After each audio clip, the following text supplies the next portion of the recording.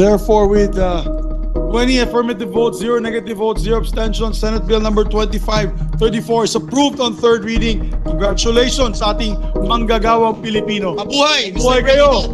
Mabuhay ang manggagawang Pilipino!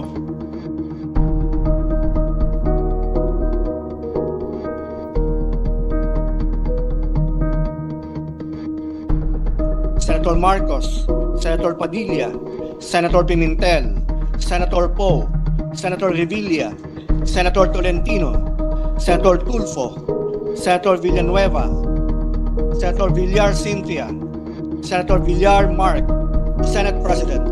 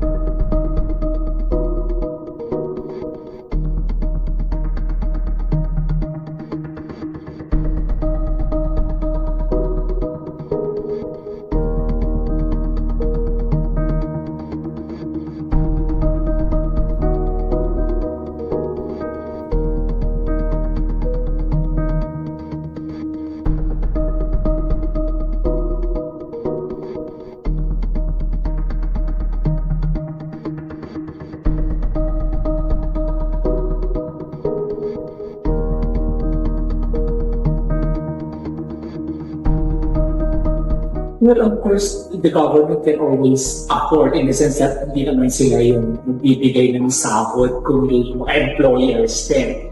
And considering na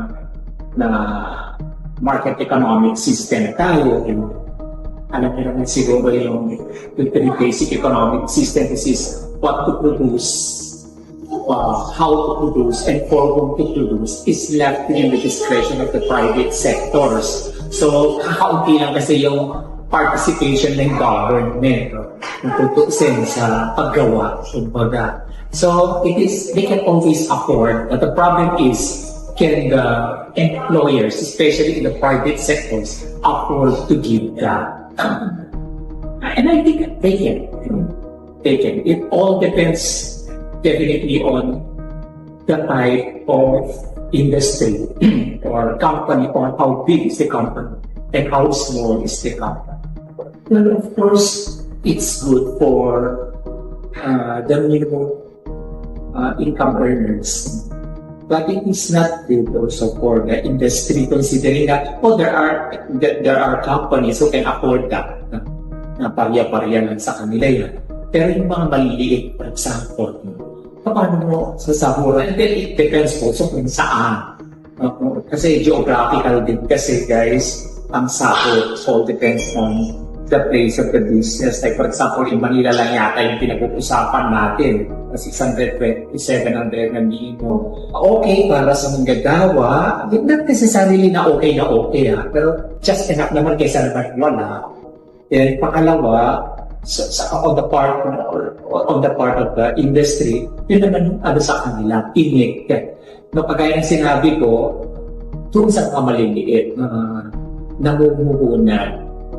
There are several opportunities or policies that the government can introduce to this. First one would be at least giving separate or additional collaboration with the private sector, whether from small to medium business enterprises. So doon muna sa collaboration magsisimula with the private sector. And then another thing is to give or at least provide alternative services or alternative forms of goods that will provide the same set of outcomes based on the needs of the community. So I think yun yung pwede muna nilang gawin, no, for now. Pwede nilang gawin, no, is alalayan, lalong-lalo na yung mga maliliit, yung mga maliliit na private companies natin. Actually, that's the problem na nakita ng ibang business organizations, no?